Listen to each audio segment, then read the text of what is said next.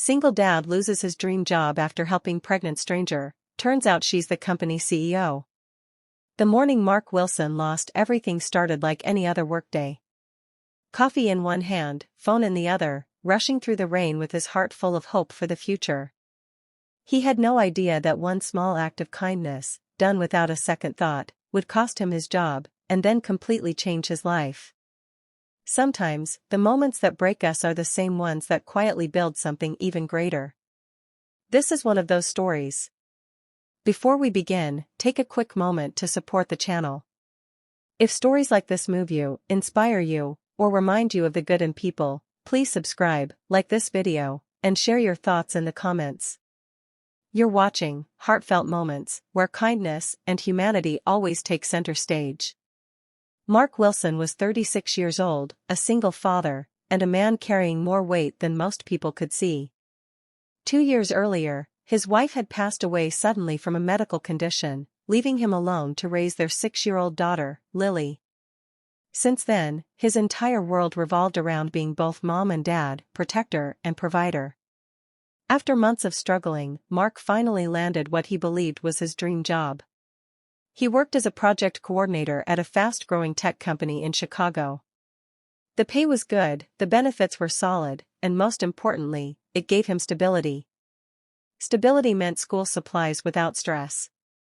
Stability meant groceries without counting every dollar. Stability meant a future for Lily. Every morning, Mark dropped Lily off at school before heading to work downtown. That morning, it was pouring rain, and traffic was worse than usual. Mark parked farther than normal and jogged toward the building, trying not to be late for an important meeting. That's when he saw her. A pregnant woman stood near the sidewalk, clearly distressed. She was holding her belly with one hand and trying to hail a cab with the other. Her face was pale, and rain soaked her coat. People rushed past her, eyes down, focused on their own lives. Mark hesitated. He glanced at his watch. If he stopped, he'd be late. His manager had already warned him about punctuality. Another delay could cost him. But then the woman let out a soft cry of pain. Without thinking, Mark turned around. He approached her and asked if she was okay.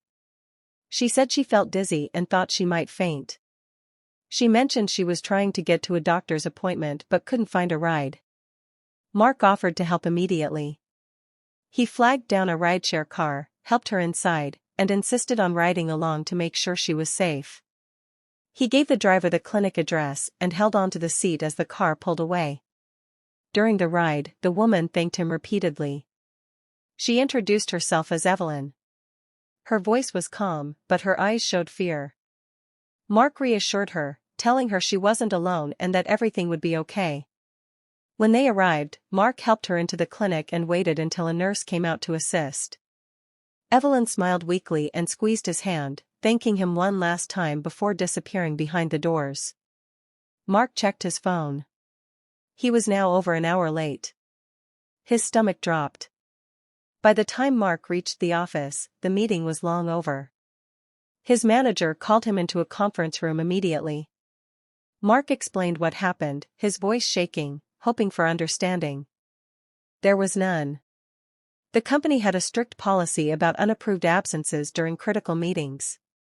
Mark was still in his probation period. Despite his strong performance so far, the decision was final. He was fired. Mark walked out of the building in shock, holding a cardboard box with his desk items. The rain had stopped, but everything felt darker than before. He thought of Lily. The rent. The bills. The future he thought he had secured.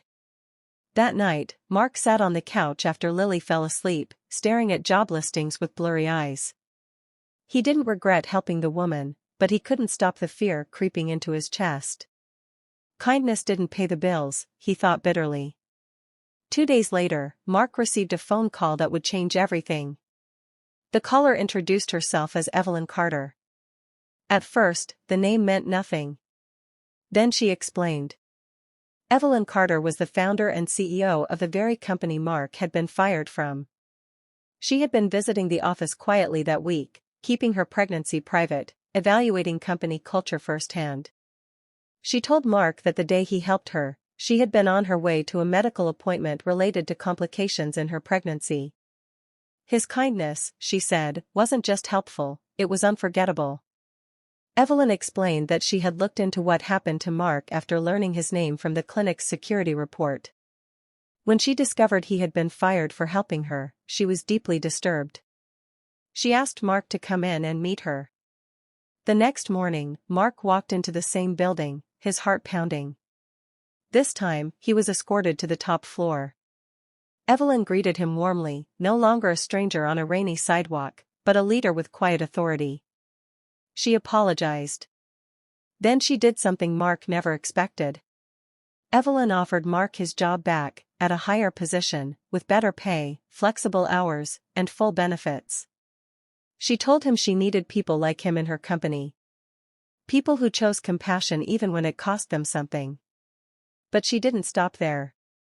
Evelyn announced company-wide policy changes that same week, emphasizing empathy, flexibility, and humanity in the workplace. Mark's story was shared anonymously as an example of what the company stood for moving forward. Mark accepted the offer with tears in his eyes. That evening, he picked Lily up from school early and took her out for ice cream. As she laughed, chocolate smeared on her face, Mark realized something important. The kindness he showed that day didn't just help a stranger, it reshaped his life and his daughter's future. Kindness, he learned, is never truly lost. Sometimes it feels invisible. Sometimes it hurts. Sometimes it costs us something in the moment. But the ripple it creates can come back in ways we could never imagine.